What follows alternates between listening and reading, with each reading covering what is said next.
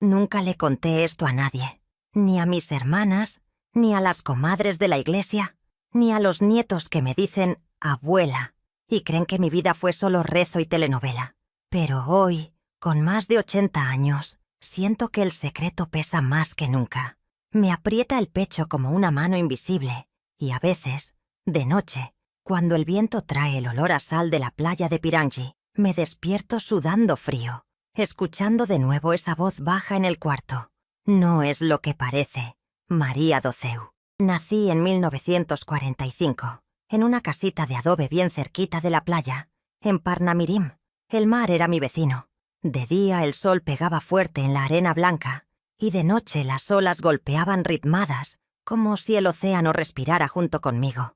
Mi mamá sembraba jazmín en el patio. El perfume entraba por la ventana abierta, mezclado con la sal del mar, y se pegaba a la ropa, al pelo, a la piel. Yo pensaba que ese era el olor de la felicidad. Pensaba que la vida era sencilla. Nacer, crecer, casarse, tener hijos, morir rezando el rosario. Mi papá era pescador. Salía antes de que saliera el sol. Volvía con el bote lleno de pescado o vacío, dependiendo del día. Mi mamá cosía para afuera. Hacía vestidos de fiesta para las muchachas de la ciudad. Bordaba sábanas de encaje que las familias ricas mandaban a buscar. Éramos pobres, pero decentes. Y en esa época, en el interior de Río Grande do Norte, ser decente era todo. Ser muchacha recatada era ley. Ser virgen hasta el matrimonio era obligación. Tenía 17 años cuando me presentaron a Antonio. Llegó con su mamá, doña Clara, una mujer seria, de vestido negro cerrado hasta el cuello, aunque fuera diciembre y el calor sofocara. Mi papá lo invitó a sentarse en el porche. Hablaron de trabajo. Antonio tenía 22 años. Era peón en la usina de azúcar. Ganaba bien para los tiempos. Tenía casa propia en la calle principal. Un cuartito alquilado que quería comprar. Era alto, moreno, ojos castaños que sonreían antes que la boca. Hablaba bonito, contaba chistes, hacía reír a mi mamá. Yo me quedé callada, mirando al suelo, sintiendo el corazón latir como tambor de San Juan. «Es muchacha de familia», dijo mi papá. «Recatada, trabajadora, va a ser buena esposa». Antonio me miró, sonrió. «Entonces está arreglado». No hubo pedido de noviazgo. No hubo cine, ni paseo de la mano en la playa. Fue directo. Boda fijada para junio de 1965. Yo acababa de cumplir 20. Él, 25. La iglesia de San Pedro se llenó. Vinieron todos. Vecinos, compadres, las muchachas de la costura de mi mamá. Yo de velo blanco, vestido sencillo de algodón bordado por ella, corazón en la boca. Cuando el cura dijo, «¿Puedes besar a la novia?», Antonio me dio un piquito rápido, como quien cumple trámite. Todos aplaudieron. Tiraron arroz. Sonó acordeón. Yo me sentía la mujer más afortunada del mundo. Esa noche, en la casita alquilada en la calle principal, todo cambió. La casa era chiquita. Sala, cocina, dormitorio, baño afuera. Tenía una cama de matrimonio nueva, colchón de paja, sábana blanca planchada. Entré primero. Nerviosa. Me quité el vestido despacio. Me quedé en camisón. Esperé. Antonio llegó tarde. Dijo que se había quedado platicando con los amigos en la plaza. Olía a cigarro y cachaza. Se bañó. Se acostó a mi lado. Me acerqué. Toqué su brazo. «Mi bien, hoy es nuestra noche». Se dio vuelta. «Estoy cansado, María. El día fue pesado. Mañana vemos eso». Me quedé mirando el techo. El jazmín de la ventana entraba al cuarto. El mar golpeaba lejos. Me dolía el pecho. Pero pensé, es la primera noche. Él también está nervioso. Mañana será diferente. No fue. Los meses pasaron iguales. Salía temprano para la usina. Volvía sudado. Se bañaba. Comía el arroz con frijoles que yo preparaba con tanto cariño. Le ponía cilantro, cebolla frita, todo lo que mi mamá me enseñó. Después se sentaba en la hamaca, fumaba, escuchaba radio. Yo intentaba. Me ponía vestido floreado. Me echaba perfume de lavanda que compraba en la tienda. Le hacía cariñitos en la cabeza. «Ven a dormir, mi amor». Él decía, «Estoy cansado, mi vieja». Se daba vuelta. Dormía. Lloraba en el baño. Me miraba en el espejo rajado y me preguntaba, «¿Qué tengo de malo? No soy bonita. No sé ser mujer». Mi mamá decía, los hombres tienen sus momentos, hija. Paciencia. Reza a Nuestra Señora. Yo rezaba. Todos los días. Pedía un hijo. Pensaba que si venía un hijo, él me iba a querer. Me iba a tocar. Me iba a amar. 1 año. 2 años. Nada. Ni beso en la boca que durara. Ni abrazo fuerte. Ni mano en la cintura. Lavaba su ropa oliendo rico. Usaba jabón de coco. La tendía al sol. Hacía dulce de cajú. Dulce de leche. Todo lo que le gustaba. Él comía. Alababa. Está riquísimo, María. Pero no me miraba como hombre mira mujer. Miraba a la calle. A otros hombres que pasaban en bicicleta, hablando alto. Empecé a notar. A veces salía de noche. Voy a charlar un rato con C de la usina. Volvía tarde, oliendo a cigarro y cachaza, pero nunca borracho. A veces llegaba con el pelo mojado, como si se hubiera bañado en otro lado. Yo preguntaba, ¿dónde estabas? ¿Mi bien? Charlando. Estoy cansado. Siempre cansado. Un día, ordenando sus cajones, él estaba en el trabajo. Encontré una carta. No era para mí. Era de un hombre llamado Juan. Decía cosas que no entendía del todo. Extraño tus noches cuando no te veo. Eres el único que me entiende. Se me heló el corazón. La leí 2 veces, 3. Las manos me temblaban. No quise creer. La guardé de nuevo en el mismo lugar. Fingí que no las había visto. Pero algo se rompió adentro. Empecé a observar más. Él nunca me miraba con deseo. Nunca. Cuando íbamos a la misa se quedaba callado. Pero sus ojos seguían a los hombres que pasaban. El sacristán joven, el hijo del tendero, hasta el policía que dirigía el tráfico en la plaza. Yo fingía no darme cuenta. Me decía a mí misma, son ideas mías, estoy loca, es cansancio de verdad. Pero las noches se volvieron peores. Una vez, en 1968, desperté de madrugada con sed. Fui a la cocina a buscar agua. La puerta del frente estaba entreabierta. El viento movía la cortina. Me asomé y lo vi. Antonio sentado en la hamaca del porche, hablando bajito con alguien en la oscuridad. No vi quién era, solo la silueta. Fumaban. Reían suave. Me dio un escalofrío. Volví al cuarto sin hacer ruido. Me metí en la cama. Él entró media hora después, oliendo a tabaco fresco y a algo más. ¿Perfume de hombre? No dije nada. Cerré los ojos y fingí dormir. Al día siguiente le pregunté casual, ¿quién vino anoche, mi bien? Vi que estabas platicando afuera. Él se puso tenso un segundo. Después sonrió. Era C. Vino a pedirme un consejo. Nada importante. ¿Por qué? Por nada, dije. Pero el corazón me latía fuerte. Las sospechas crecían como maleza. Empecé a fijarme en detalles pequeños. Cómo se arreglaba el pelo antes de salir. Cómo se ponía la camisa más bonita los sábados por la noche. Cómo evitaba mirarme cuando me cambiaba de ropa. Yo me sentía invisible. Peor, me sentía un estorbo. Una tarde de 1970, mientras barría la sala, encontré debajo del colchón, estaba levantando para limpiar, una foto pequeña, doblada. Era Antonio, más joven, abrazado a un muchacho que no conocía. Los dos sonreían, cerca de la playa. Al fondo, el mar. En la parte de atrás, escrito a mano, para siempre, Juan, 1963. Se me cayó la escoba. Me senté en el piso. Lágrimas calientes corrían por mi cara. No era solo una carta. Era una vida entera escondida. Pero aún así, no quería creer. Me dije, tal vez es un amigo de juventud. Tal vez no significa nada. Guardé la foto en el mismo lugar. No le dije nada. Pero ya no podía fingir del todo. Las noches se volvieron eternas. Yo me acostaba temprano, esperando que él viniera y... algo. Un roce. Un beso. Nada. Él llegaba, se acostaba, se daba vuelta. Yo ponía la mano en su espalda, suave, como pidiendo. Él se movía un poco, incómodo, y seguía durmiendo. Una noche, en 1971, no aguanté más. Me armé de valor. Me acerqué. Lo abracé por detrás. Antonio, ¿por qué nunca me tocas? ¿No te gustó? Él se quedó quieto un rato largo. Después suspiró. Estoy muy cansado, María. El trabajo... ya sabes. Se dio vuelta y me miró. Por primera vez vi algo en sus ojos. Culpa.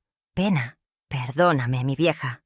No es por ti. Y se durmió. Me quedé despierta hasta el amanecer, oyendo el mar y pensando, ¿entonces por quién es? Y así pasaron los años. 7 años de matrimonio. 7 años de silencio en la cama. 7 años de sonrisas falsas en la iglesia. De «qué pareja bonita de los vecinos», de rezar por un milagro que nunca llegaba. Pero el destino no deja cabos sueltos para siempre. Fue una tarde de domingo, en 1972. Yo había ido a la iglesia a rezar el rosario sola. Necesitaba paz. Volví más temprano de lo normal. La puerta de la casa estaba entreabierta. Escuché voces bajas en el dormitorio. Voces de hombre. Mi corazón se aceleró tanto que pensé que se me salía del pecho. Empujé la puerta despacio y vi a Antonio acostado en nuestra cama con João. Los dos desnudos, abrazados, sudados. La luz de la tarde entraba por la ventana y les pegaba en la piel. No me vieron de inmediato. Estaban perdidos el uno en el otro. Me quedé congelada en el marco de la puerta. Entonces Antonio levantó la vista. Me vio. Su cara se puso blanca como papel. Saltó de la cama gritando: «María do céu, no es lo que parece». Pero era exactamente lo que parecía. Salí corriendo. Corrí hasta la playa.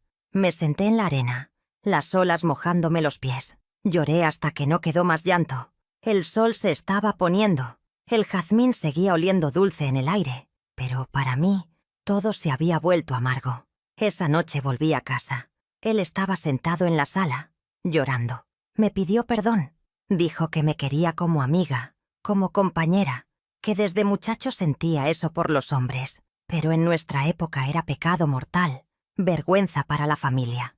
Que se casó conmigo para curarse, para ser normal, pero no pudo. Yo escuché todo en silencio. Lloré con él, pero en el fondo una rabia crecía. Rabia por haber sido usada, por haber perdido mi juventud esperando un amor que nunca existió. Decidí en ese momento. No iba a contar nada a nadie. No iba a destruir su vida, ni la mía, pero tampoco iba a seguir viviendo así.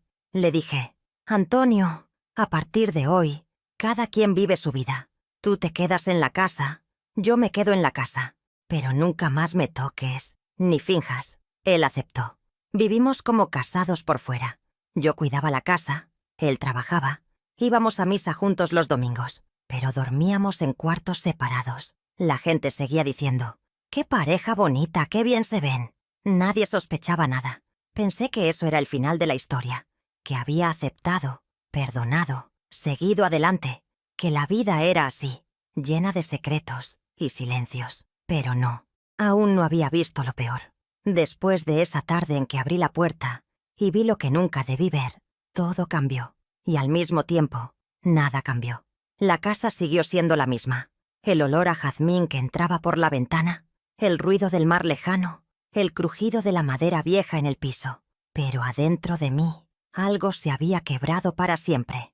Ya no era la muchacha ingenua que esperaba un milagro en la cama. Era una mujer de 30 años que había vivido 7 años de mentiras. Antonio se quedó sentado en la sala esa noche, con la cabeza entre las manos. Lloraba como niño.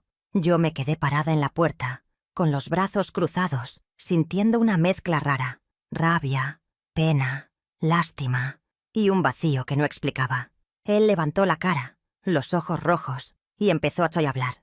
Habló durante horas. Desde muchacho, María, desde los 15 años, sentía cosas que no debía. Miraba a los otros muchachos en la playa, en la usina, y el corazón me latía diferente.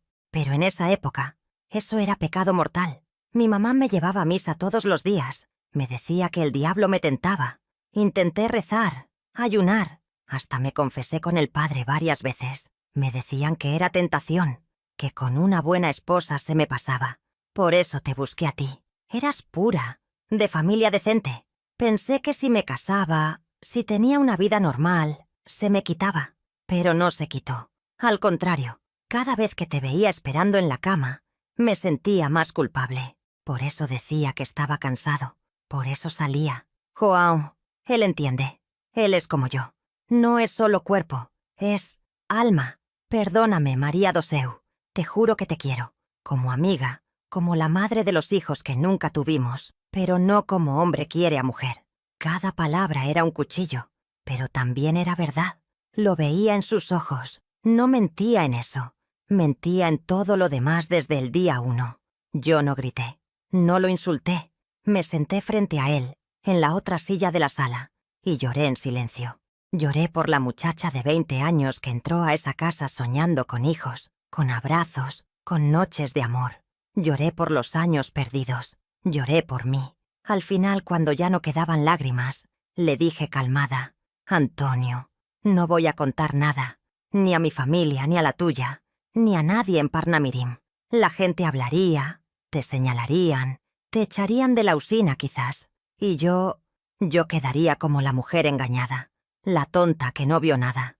No quiero eso, pero tampoco voy a seguir viviendo como si nada. A partir de hoy, cada quien en su cuarto. Tú duermes allá, yo duermo acá, comemos juntos, vamos a misa juntos, saludamos a los vecinos como pareja feliz, pero nunca más me toques, ni un beso de despedida, ni un abrazo por compromiso. Nada. Y si algún día quieres irte, vete, pero no me dejes con la vergüenza de ser abandonada.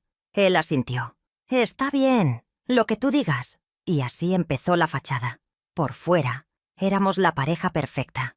Los domingos íbamos a misa de la mano, sin apretar mucho. Sonreíamos a las comadres. Contestábamos «Gracias a Dios» cuando preguntaban por hijos. Todavía no llegaron, doña María, pero Dios aprieta pero no ahorca. La gente se reía, nos daba palmadas en la espalda. Nadie sospechaba. Por dentro, éramos dos extraños compartiendo techo. Yo dormía en el cuarto de atrás, él en el de adelante. Ponía una tranca en mi puerta por las noches, no por miedo, sino por no tener que verlo entrar por error. Cociné para él hasta el último día. Lavé su ropa, planché sus camisas, pero cuando se acercaba demasiado, yo me apartaba. Estoy ocupada, decía, y él entendía. Los años pasaron así. 1973, 1974, 1975. Yo tenía 30 y tantos, aún joven, pero ya me sentía vieja. Empecé a salir más. Iba a la costura con mi mamá, ayudaba en la iglesia con las novenas, visitaba a las vecinas. Me volví la Doña María Buena, la que siempre tenía una sonrisa, un dulce de cajú para los niños, una oración para quien la necesitaba. Nadie sabía que por dentro me moría un poquito cada noche, pero había cosas que no podía ignorar. Juan seguía apareciendo. No en la casa, claro. Antonio era cuidadoso después de esa tarde, pero salía más seguido. Decía: voy a la usina a resolver un problema. Voy a ayudar a C con una cosa. Volvía tarde, con el pelo mojado a veces, oliendo a jabón diferente al que usábamos en casa. Yo no preguntaba más, sabía. Una vez, en 1976, encontré otra carta. Esta vez no la escondí. La leí completa. Juan escribía: no aguanto más esta vida a medias. Quiero verte todos los días, no solo cuando ella no está. Piensa en dejarla, Antonio. Podemos irnos a Natal, o más lejos. Nadie nos conoce allá. Antonio no respondió por escrito. Nunca encontré respuesta. Pero esa noche lo oí llorar en su cuarto, solo. Yo me quedé callada en el mío, escuchando. No sentí pena, sentí rabia. Rabia porque él tenía a alguien que lo quería de verdad, y yo no tenía a nadie. Empecé a soñar cosas raras. Soñaba que entraba al cuarto y los veía de nuevo. Pero esta vez, João me miraba y sonreía, como diciendo: tú no perteneces aquí. O soñaba que Antonio me tocaba por fin, pero sus manos eran frías, como de muerto. Me despertaba sudando con el corazón acelerado. Pensaba: ¿será que Dios me está castigando por guardar el secreto? ¿O es solo mi cabeza? No sabía. En 1980, Antonio empezó a cambiar. Llegaba más callado, más delgado. Tosía a veces. Decía que era el polvo de la usina. Yo le preparaba jarabe de cebolla con miel, como mi mamá me enseñó. Pero la tos no pasaba. En 1982 lo llevaron al médico en Natal. Volvió con cara seria. «Es solo bronquite crónica», dijo. Pero yo vi en sus ojos que mentía. En 1985 todo se derrumbó. Antonio ya no podía trabajar. Se quedaba en cama días enteros. La tos se volvió con sangre. El médico de Parnamirim dijo: «Es cáncer, pulmón, avanzado». Lo mandaron al hospital de Natal. Yo iba todos los días en el ónibus, llevaba sopa, mudas de ropa, rezaba el rosario al lado de su cama. Una tarde, cuando ya estaba muy débil, me llamó. Tomó mi mano, la primera vez en 15 años que me tocaba de verdad. Sus dedos estaban helados. «María do Céu, perdóname. Te amé a mi manera. Fuiste lo mejor que me pasó. Me diste una vida normal por fuera. me protegiste, pero la verdad que me mata es... Nunca te merecí, nunca te di lo que merecías. Un hijo, un abrazo, un hombre de verdad. Perdóname. Lloré. No por él, por mí, por la muchacha que fui. Le dije, ya pasó, Antonio. Descansa. Dios juzga. Murió 3 días después, en mis brazos. La gente del pueblo vino al velorio. Decían, pobre María, quedó viuda tan joven. Qué pareja bonita era. Dios la consuele. Yo asentía, sonreía triste, pero por dentro pensaba, si supieran...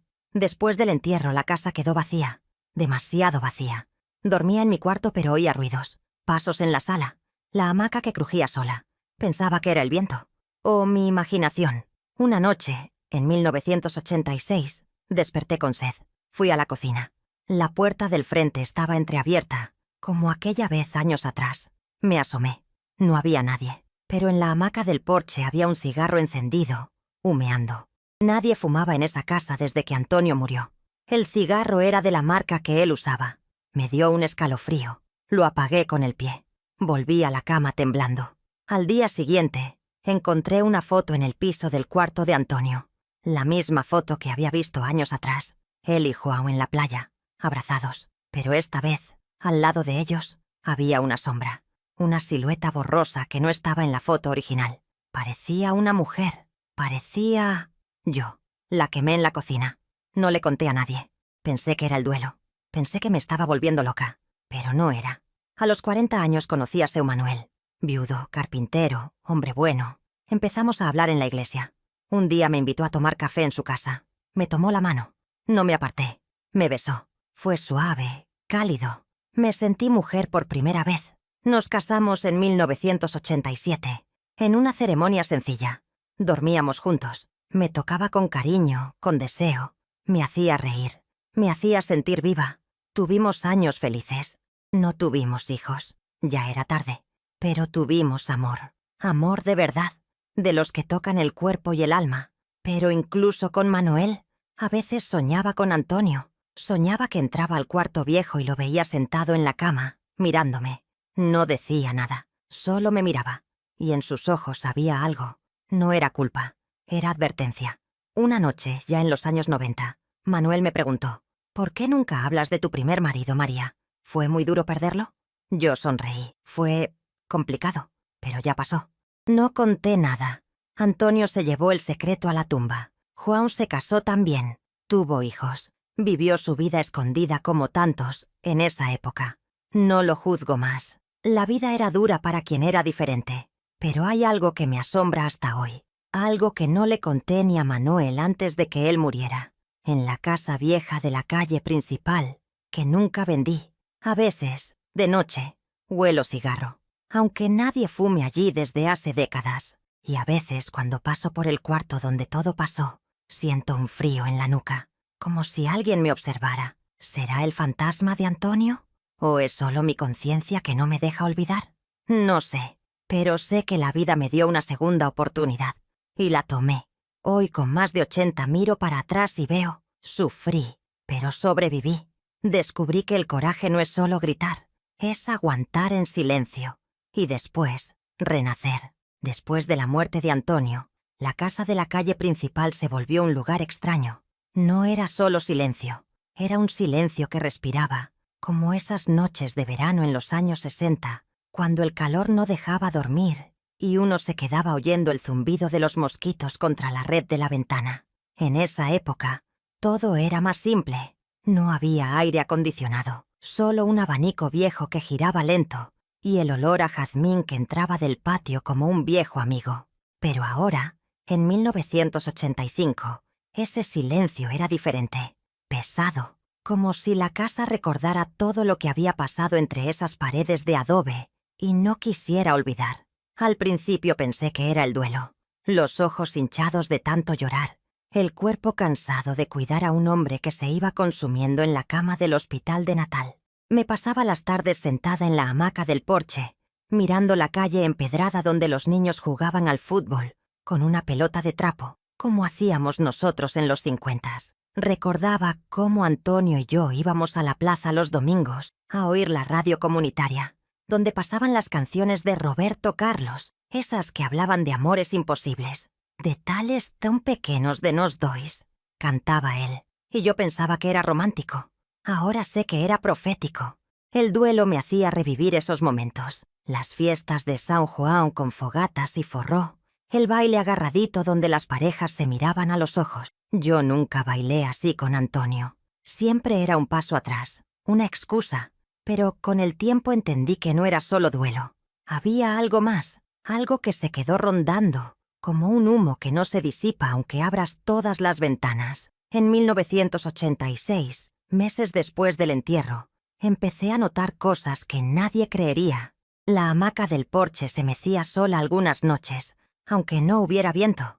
Yo me asomaba desde la puerta de la cocina, con el corazón en la garganta, y la veía balancearse despacio, como si alguien invisible se hubiera sentado ahí a fumar un cigarro, mientras oía el noticiero de la radio, ese que hablaba de la dictadura militar acabando y la esperanza de democracia.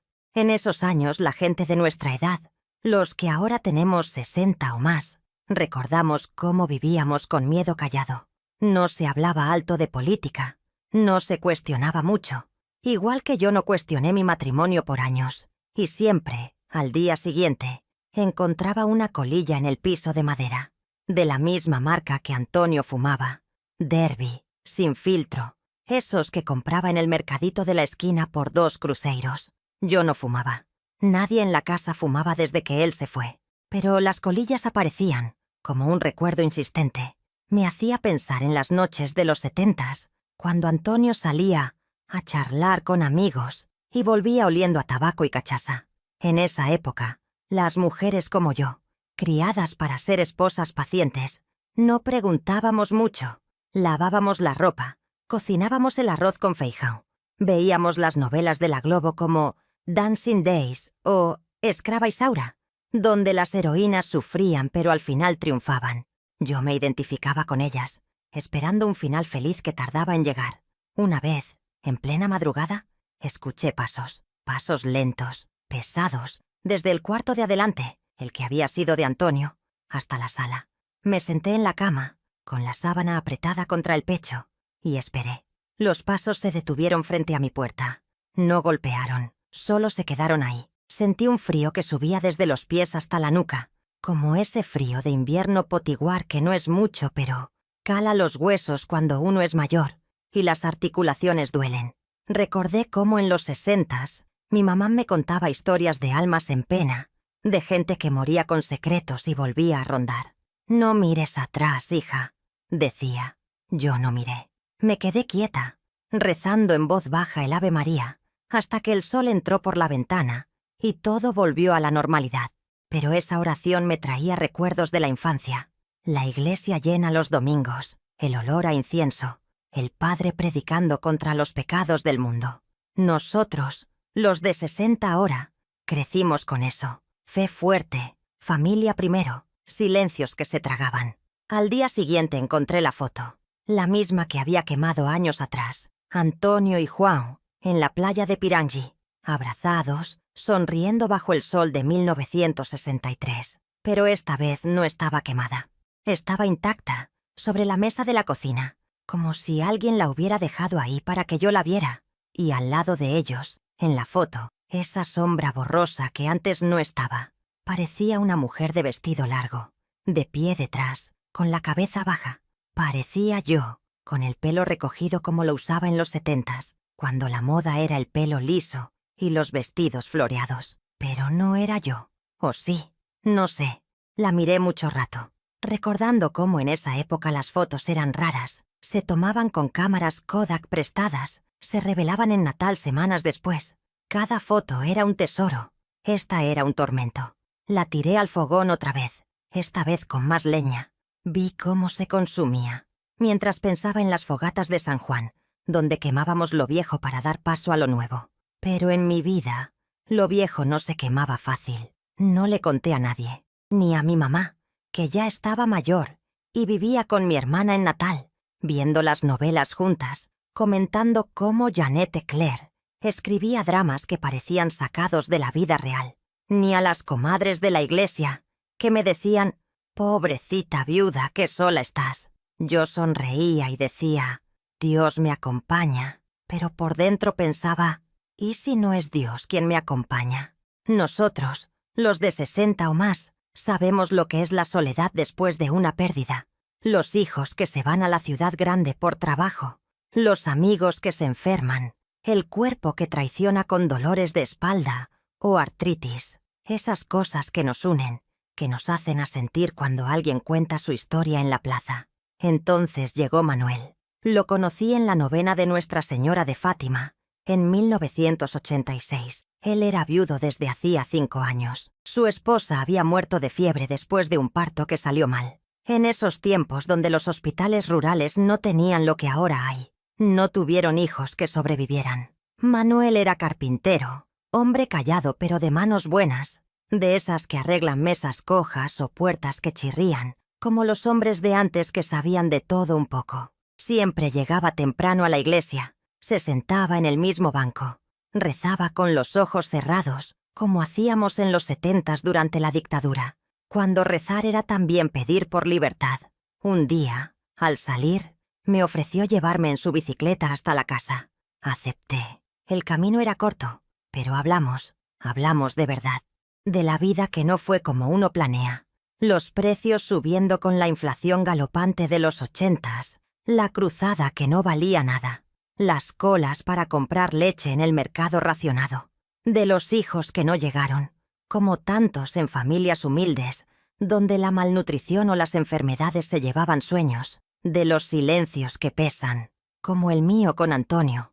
Poco a poco empezó a visitarme. Traía madera para arreglar la cerca del patio, que se había podrido con las lluvias de invierno. Traía frutas del mercado, mangos maduros, cajús jugosos, recordándome las ferias de los 60s, donde todo era fresco y barato. Traía conversación. Hablábamos de las novelas que veíamos en la tele en blanco y negro, como O Bé Mamado o Pecado Capital, donde los personajes guardaban secretos como yo.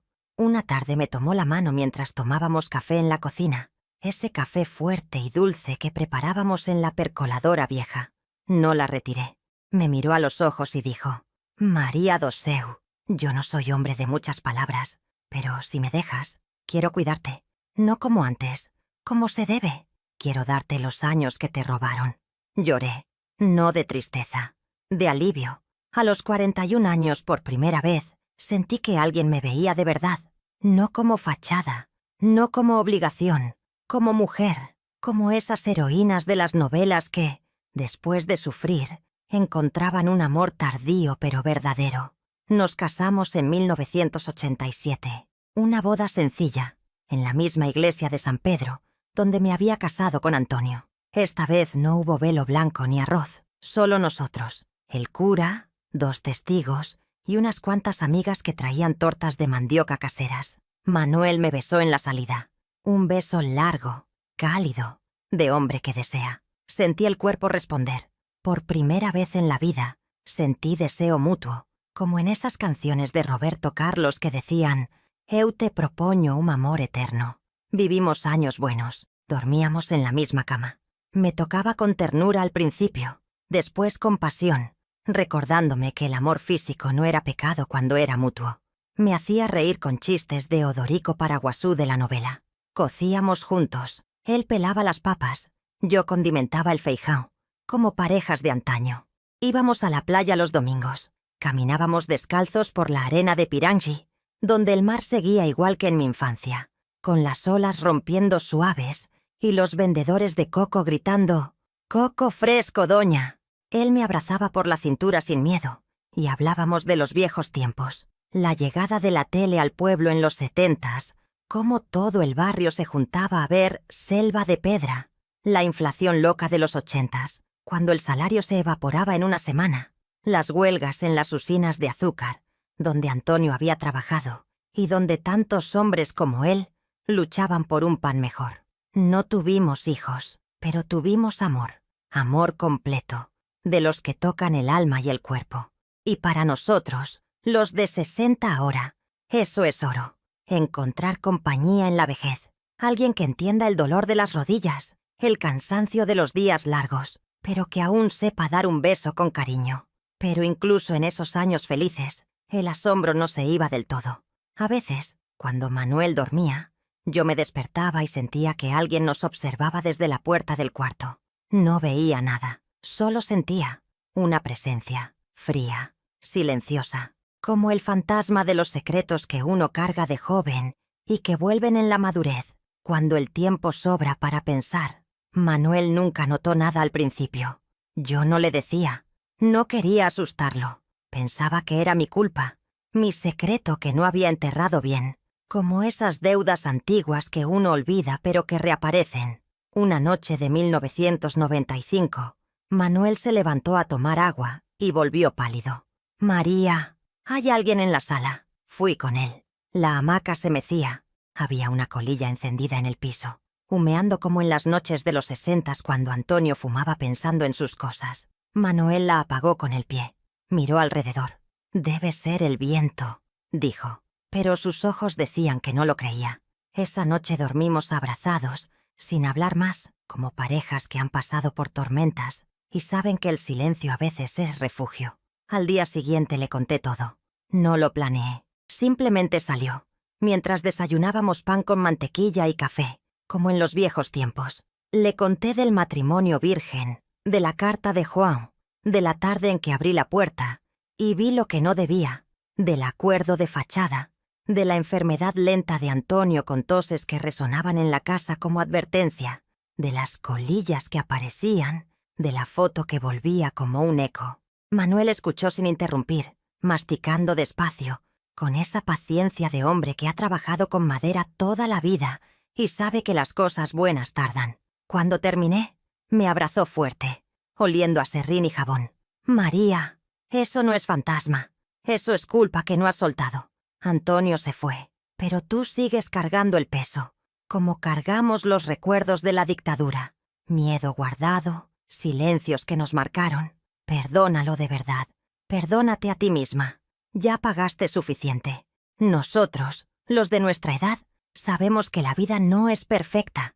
Tuvimos que adaptarnos a cambios, a pérdidas, a economías que nos apretaban. Pero también aprendimos a soltar. Lloré como nunca.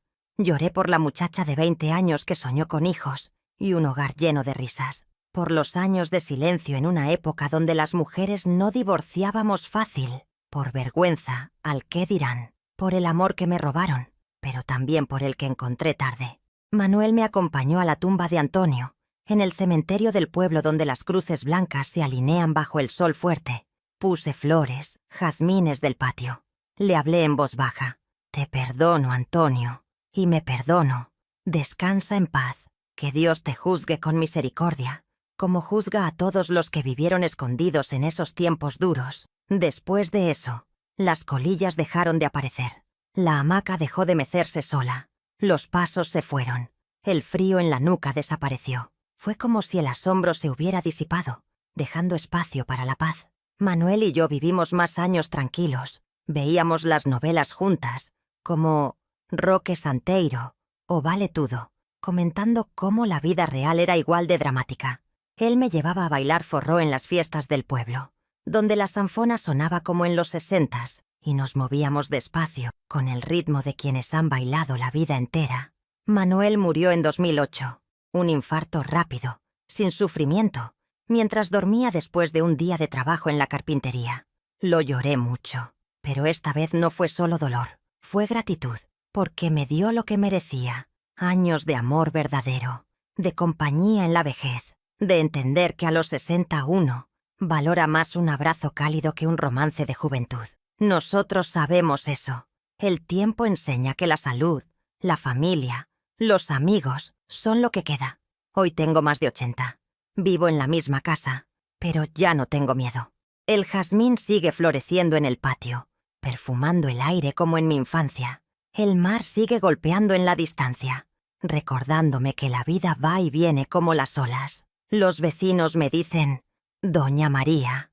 Me traen sopa cuando llueve. Me piden consejos sobre cómo sobrellevar la artrosis o la soledad de viuda. Los niños de la calle me llaman Bo María, aunque no sean míos, y les cuento historias de los viejos tiempos, de cuando no había internet, solo radio, de las colas por pan en los 80s, de las canciones de Luis Gonzaga que hablaban de sequía y esperanza. Mis nietos prestados, los de la vecina, me preguntan por qué nunca tuve hijos con Antonio. Sonrío y digo, Dios sabe lo que hace. No miento. Dios me dio una vida diferente. Me dio sufrimiento para aprender fortaleza, como a tantos de nosotros que vivimos la transición de la dictadura a la democracia, viendo el país cambiar mientras nuestras vidas seguían humildes. Me dio silencio para tener fuerza interna. Me dio Manuel para renacer, para entender que el amor no tiene edad. La lección que llevo, y que quiero dejarles, especialmente a ustedes que rondan los 60, que han visto pasar novelas, presidentes, crisis económicas y pandemias, nunca acepten migajas pensando que es amor. Amor de verdad toca el alma, toca el cuerpo, toca la vida entera. Si no toca, no es completo. Si alguien dice, estoy cansado todos los días, escuchen el silencio detrás de las palabras. En nuestra época, muchos escondimos verdades por miedo al juicio. Si sienten que algo no encaja, no lo ignoren por vergüenza o por costumbre, como hicimos tantos por lealtad familiar. Y si cargan un secreto que pesa, suéltenlo. Hablen, perdonen, perdónense, porque el asombro más grande no es el de los muertos que rondan, es el de los vivos que se quedan atrapados en su propio silencio, como tantos en los años duros, donde ser diferente era peligro. Me casé virgen a los 20. Mi esposo jamás me tocó. Siempre decía que estaba cansado, porque amaba a otro hombre. Me usó como fachada, me robó años, pero no me robó todo. Al final, viví, amé, fui amada. Y en la vejez, encontré paz en las cosas simples. Un café caliente, una novela buena, el olor a jazmín. Y eso, mis queridas, nadie me lo quita. Para nosotros, los de 60 o más, la vida es eso. Recuerdos que duelen y sanan, lecciones que se comparten. Ahora díganme en los comentarios, o en su corazón, ¿qué harían ustedes? ¿Se quedarían calladas por la familia, por la honra, por el qué dirán, como en los viejos tiempos? ¿O saldrían corriendo esa misma tarde, buscando un nuevo comienzo? Time A, las que aguantarían en silencio, por lealtad. Time B, las que se irían sin mirar atrás, por dignidad. La mayor lección que saco yo, nunca es tarde para vivir lo que merecen. Dios bendiga a cada una. Y que el jazmín siga oliendo dulce en sus vidas, recordándoles que después de la tormenta viene la calma. Hasta siempre.